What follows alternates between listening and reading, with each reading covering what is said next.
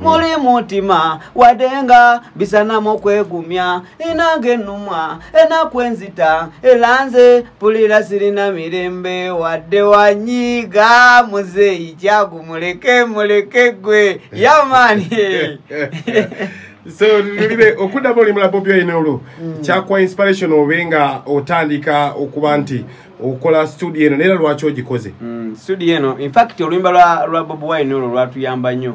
kuba twayogera ne Danny Magic manager wange Sexman yayogera ne Danny Magic nga tugenda odukola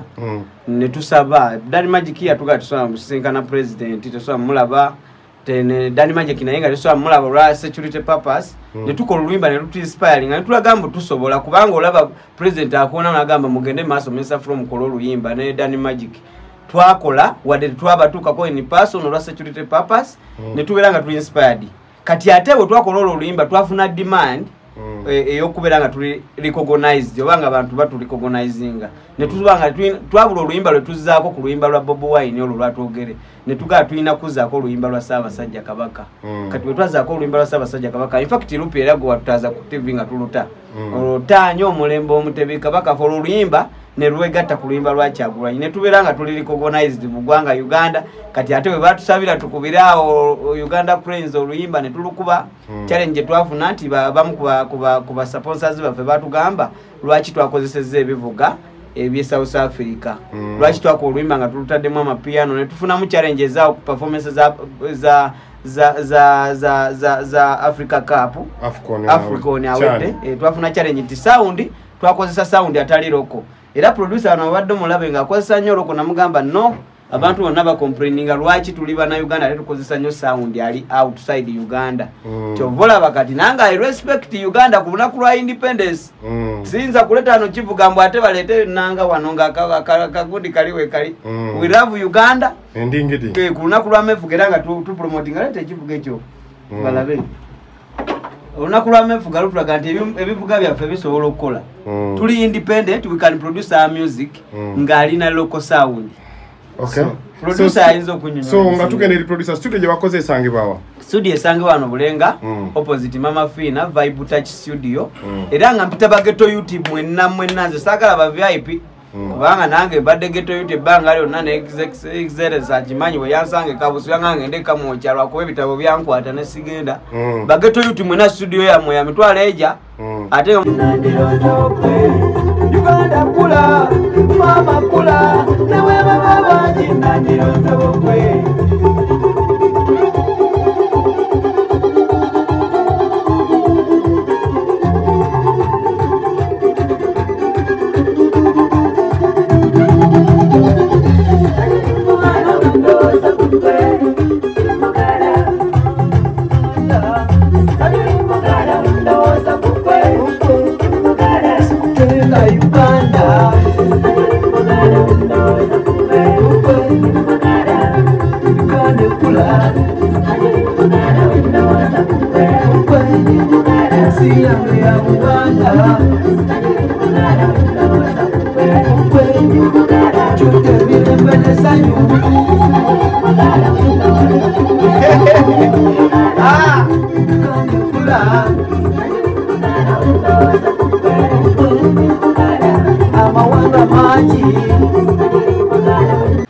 Mr. Flo gambo tatata. Ndikiria daddy ogambo tya lupi promoter number 1 Kampala Uganda. Olambo gamba kitata. Ndikali nnyo. Tukusanze mu studio naku za mefuga tuli Uganda nefuga tukusanze mu studio. Respect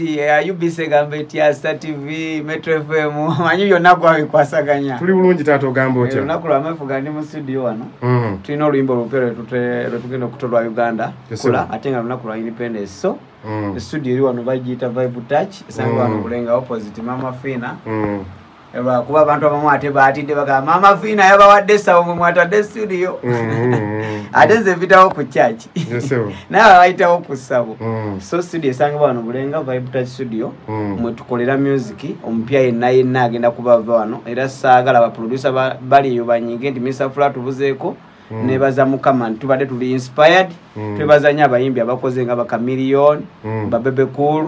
ba Palaso tubebaza nti beba tu inspired okubanga tutuka no Kingsa mwebale nnyo Bobby Wine ate uyo kanina president mulamba sewo so kakati aba abayimbi tubebaza nnyo kubanga singa sibote twandi following this talent neka twekiririza mtu sole nofuna studio ngeno olwendongo nebaza nnyo Ssaabasajja Kabaka wa Buganda okubanga Buganda tourism yansima nenzikiriza nenkola ne video mu lubiri lwa Ssaabasajja nenkoletekamu Kabaka byonna era ensonga lwaki studio eno weeri ku lwa Buganda nebaza Buganda Kingdom ne Buganda tourism okubanga baatu omukisa okubanga enseera abantu tusobola okukola ebintu ebirungi ne tuvuna n'omukisa okubanga tuli inspired families zaffe Baganda baffe ba promoter ba DJ ne babiranga batuwa amagezi kati studio eno gikola Clever J twali wa Clever J yo producer muganda wa Bawa Tana naleta idea baleta idea mto wange nangamba studio tusobola gikola ne sinkana producer wange ne twogeramu producer nangamba tutandikira uno yasobola okunyonyola ebingi ku studio kubanga nze simanyi bya production simanyi bikizo bwange kuyimba ngate tunagenda producer atwe atunyonyere lwaki studio mugitandika olunaku no lwamefuga abayimbi mu Uganda twakulabako ng'oyimba ennyimba ezigweri w'omutanda tukulaba ng'olinga tukulaba nga linga waddamu oluyimba lwa Bobby Wine kimanyi olumwa muli mutima wadenga bisanamo kwegumya inange numwa enakwenzita elanze pulira sirina mirembe wadde wanyiga muzeyi muleke gwe yamani so nulire okuddamu oluyimba lwa Bobby Wine olwo kyakwa inspiration obenga otandika okuba nti okola studio eno nera lwaki ogikoze studio eno in fact oluyimba lwa Bobby Wine olwo lwatuyamba nnyo kuba twayogera ne Danny Magic manager wange Sexman yayogera ne Danny Magic nga tugenda odukola ne tusaba Danny Magic yatuga tusobola musinkana president tusobola mulaba tene Danny Magic naye nga tusobola mulaba lwa security purpose ne tukola oluyimba ne lutu inspiring nga tulagamba tusobola kubanga olaba president akuona nagamba mugende maaso mesa from kolo oluyimba ne Danny Magic twakola wadde twabatuuka ko in person olwa security purpose ne tubeera nga tuli inspired kati ate bwe twakola oluyimba twafuna demand eyokubeera nga tuli recognized obanga abantu batu recognizinga ne tuzubanga twabula oluyimba lwe tuzzaako ku luyimba lwa Bobby Wine olwo lwatwogere ne tugaa tulina kuzzaako oluyimba lwa Ssaabasajja Kabaka kati bwe twazzaako oluyimba lwa Ssaabasajja Kabaka in fact lupi era gwe watutaza ku TV nga tuluta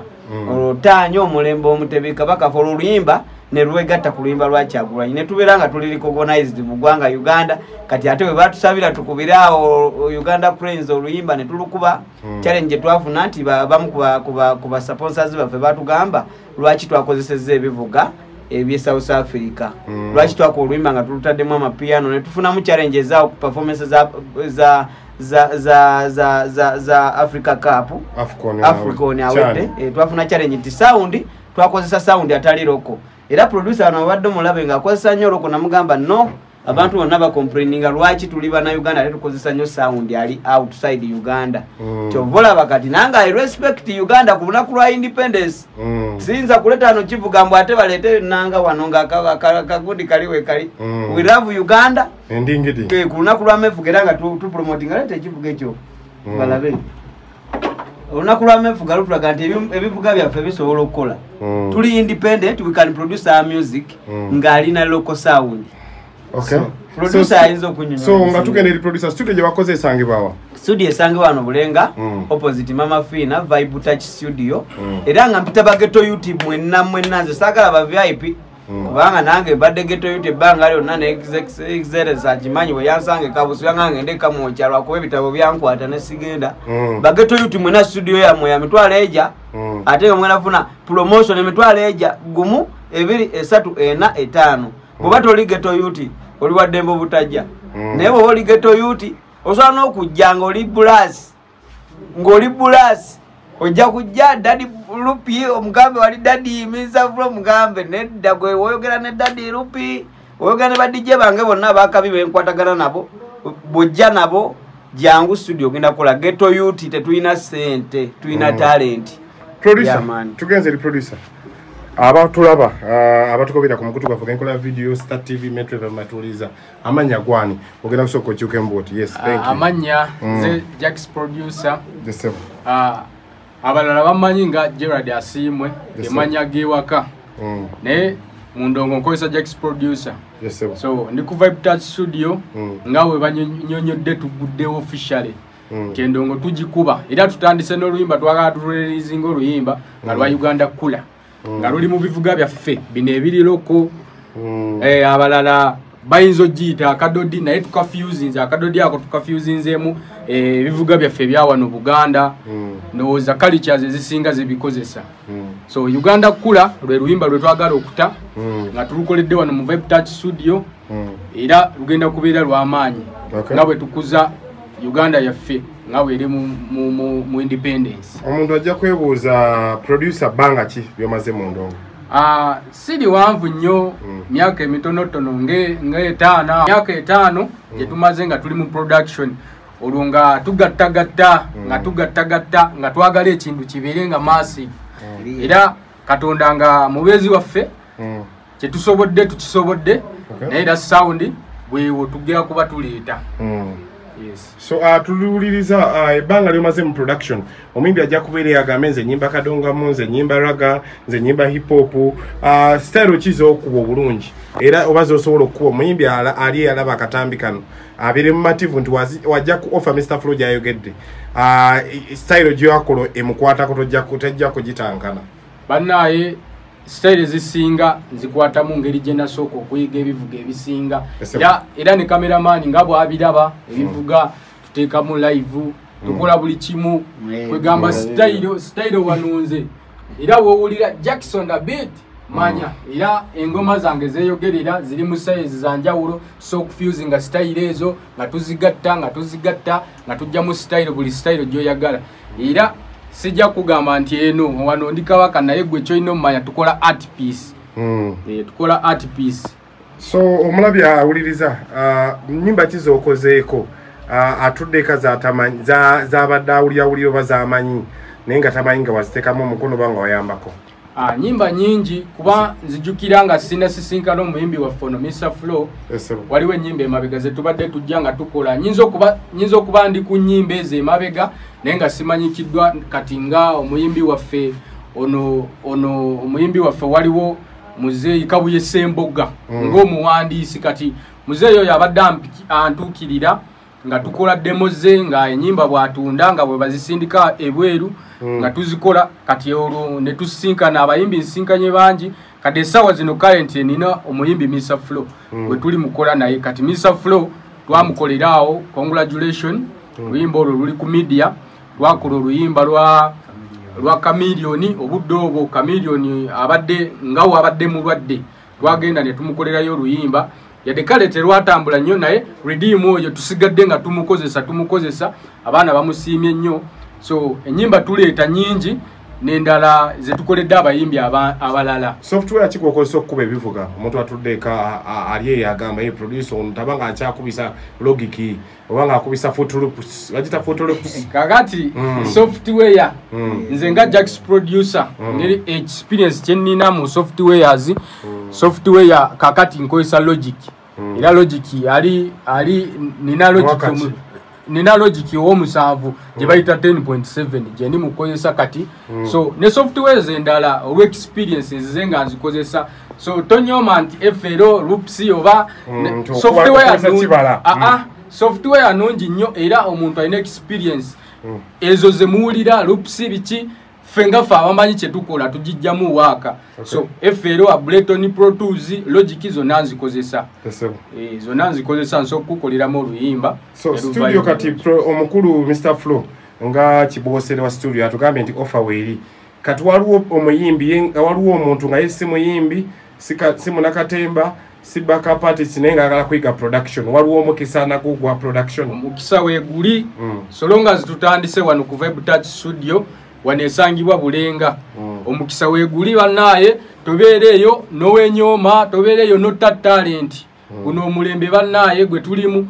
wakuvumbula talent tolemereyo bannaye mbusimanyize simaye omuwandiisi producer agala kwiga producer omuwandiisi ayagala yiga ebivuga bannaye tubiine era tukyayongeramu ebirala bivuga tulina mu bungi talent weziri gwe jangu omuwandiisi jangu simanyi eddoboozi lyange teryagala kuta eddoboozi lina okuta ino kutawano tu training abana abamu bakola practice simayo agenda mu nsozi wonna ogenda ne mukola amalobozi gammwe bulungi wano tu training ebivuga tukuba production ayagala yiga abagala bawandikira abagala kuwandika nga bawandikira abalo mukisa gweguli so kati tutandise n'emitwalo 5 production waffe twagadde n'omuntu wa wansi akoleki akole. So Mr. Flonga ngatumba tulaba omukyala ali mayoga yani bamuyitani bamuyita mamiyo assistant manager wa Mr. Flo Uganda ya Kimansira assistant manager Kimansa uli wa muyimbi enakeya simanyi bano manyi tutambula ne team waliyo ba mama baganga team ya Mr. Flo yaleka abana eno wiki oyo yabakunganya nabalabirira naluka mono wagundi ono wagundi so yakebera nategera nti oyo relationship wako atenga sasa yatuka tulina okusimba emiti environment ino kubanga eri kali nga abana mwe bali omulembo mutebiso twebaza nnyo Metro FM UBC Star TV ne TV zonna ezeggwanga ezisobola tukwasako ne badije ba promoter Lupi tukwebaza nnyo sewo 10 years yali Madalas twebaza nnyo abayimbi bona John Black Spice Diana Ajaluna Mary Bata mwe bali nya Sidiki ata Sidiki yagaya nankubira kale wakayimba atia ngatuli eri kutafani so bana imwe namwe natubebaza kubera ngambererawo Lupi ate nafe tugenda kwa ate wako kuja tuja Lupi at 11 wanange mugoko tano tugenda katikomu hotel tulina banange ndoza mbiulide Ajaluna na ulide mbiranyi wakati wa aji waffe jajja mutasa kasikonga kaba bayimbi abagobi ne jajja tugoba kati wona agobo muyimbi wono nga gotegedde gundi ona atero kujja neyo nakubuzako budde buli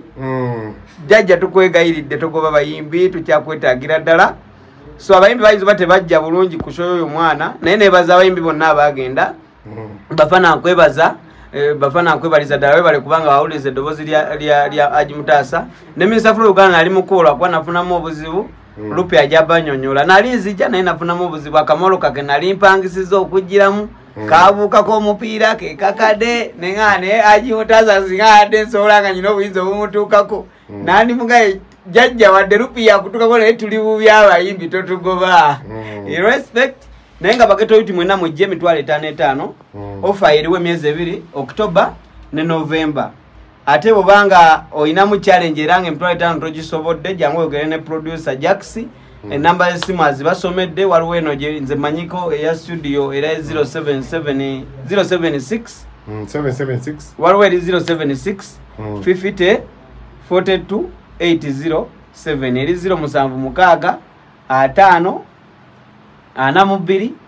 Munana 07 eyo ya manager afu ali ku reception nene producer ene number eri active number eri active ejoso okubako eri 0746 999 715 eri 0746 999 715 ate ku WhatsApp osobola okuyita ku 772 38 35 88 awo bofunya Jackson nakataleke kadadi Lupi promotions tukwebaza abayimbi balabo bachaza nalabyekaawo kimenkaawo ngomulesa alina kuzina enebizibu bingi naye kimenke jangu nkusabire ko Bible eri wali leta eri Bible leta Bible nsabire kimenke bizibu byonna bigenda kamusabire kubanga nalabanga advise message akulanje yasoko wa alien abere mwegendereza